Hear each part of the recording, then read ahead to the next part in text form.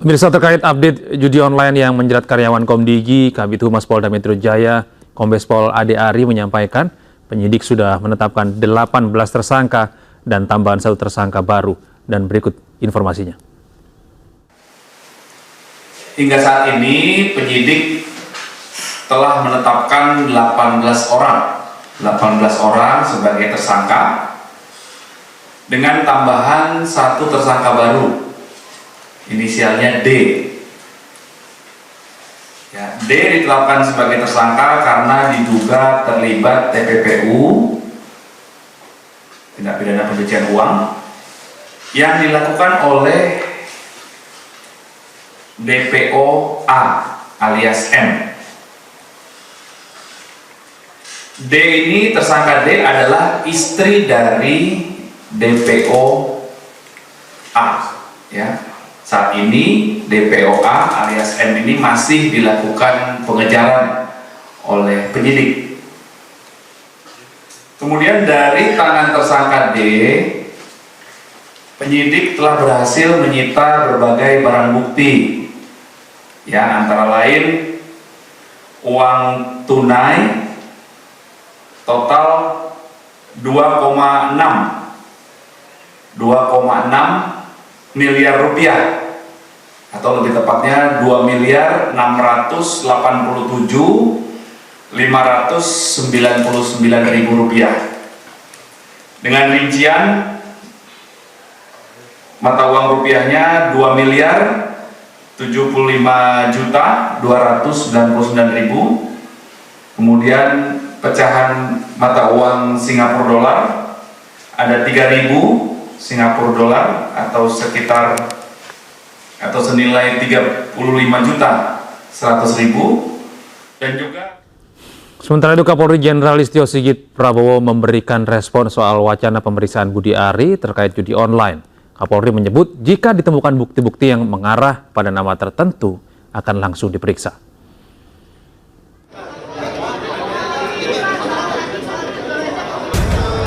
Kapolri Jenderal Listio Sigit Prabowo mengungkap Polri membuka peluang terhadap semua pihak yang terlibat untuk diperiksa dalam kasus situs judi online.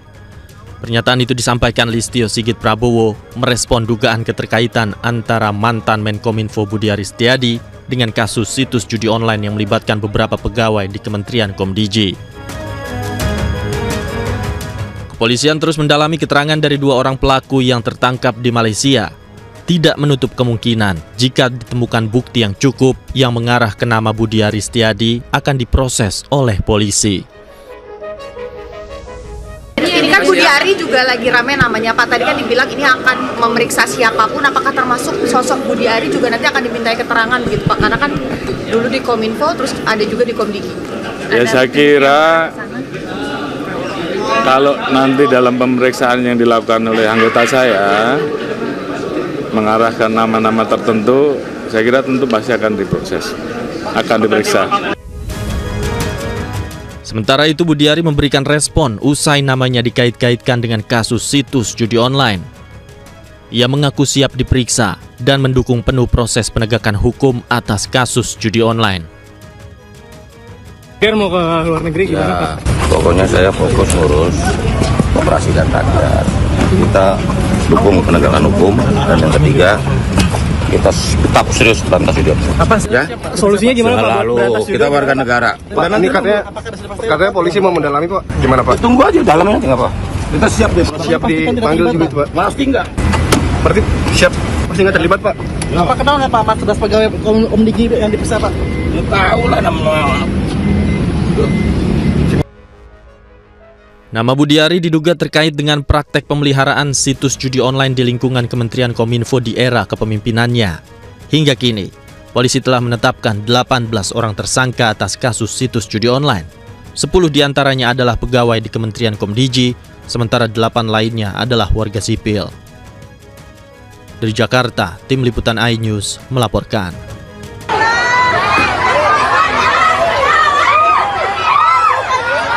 Puluhan warga mengepung terduga pelaku penggelapan mobil rental di Jalan Gontang Raya, Kecamatan Tamalate, Kota Makassar, Sulawesi Selatan. Mobil yang dikendarai terduga pelaku menabrak sejumlah pengendara motor saat mencoba kabur dari kejaran pemilik rental. Unit Reskrim Polsek Tamalate yang tiba di lokasi langsung mengamankan pelaku dari kepungan warga. Kejadian berawal saat pemilik mobil rental melacak kendaraannya lantaran waktu rental sudah habis. Pemilik mobil dan pelaku pun sempat bertemu dan bernegosiasi, namun tiba-tiba pelaku tancap gas membawa kabur mobil rental. Pelarian pelaku terhenti setelah dihadang puluhan warga hingga menjadi bulan-bulanan masa. Warga juga merusak mobil usai pelaku diduga menabrak pemotor.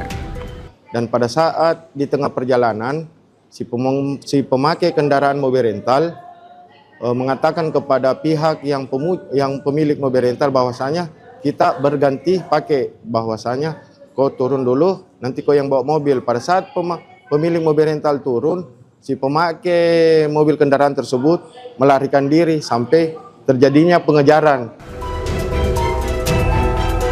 Guna proses penyelidikan antara pemilik mobil dan pelaku masih dimediasi oleh Polsek Tamalate.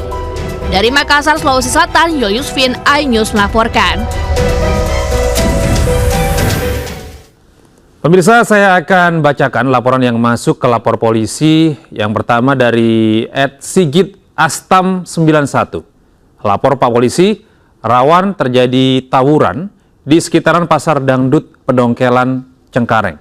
Terjadi saat pagi dini hari. Mohon ditertibkan Pak, karena mengganggu kenyamanan warga.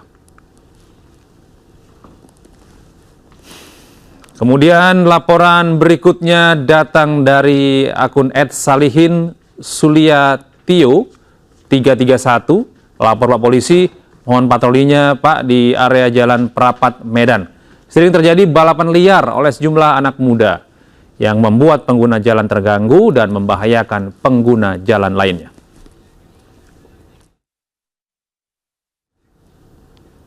Pemirsa, kita beralih ke informasi berikutnya. Keluarga pasien ini mengamuk di ruang pelayanan bedah Rumah Sakit Umum Daerah di Kota Sungai Penuh, Jambi.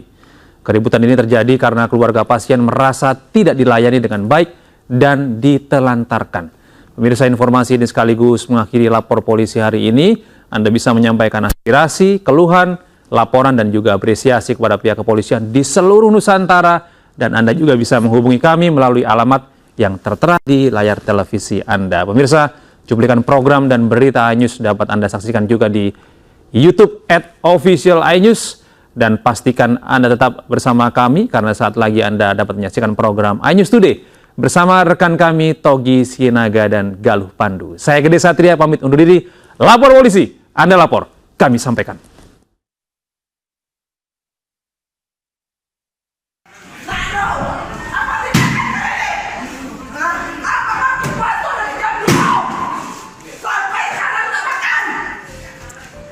Keluarga pasien ini mengamuk saat berada di ruang pelayanan bedah Rumah Sakit Umum Daerah Mejen H.A. Talib, Kota Sungai Penuh, Senin siang viral di media sosial.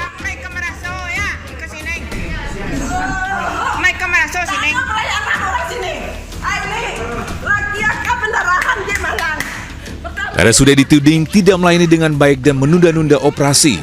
Padahal pasien disarankan operasi oleh dokter jaga di IGD karena pendarahan yang tiada henti akibat luka di jari tangan sejak Minggu malam. Namun hingga Senin siang, belum ada tindakan operasi, keluarga pasien menanyakan ke perawat. Keluarga pasien menanyakan ke perawat, malah diminta mencari kain kasa di apotek. Emosi kepada perawat, merasa pihak rumah sakit menelantarkan pasien.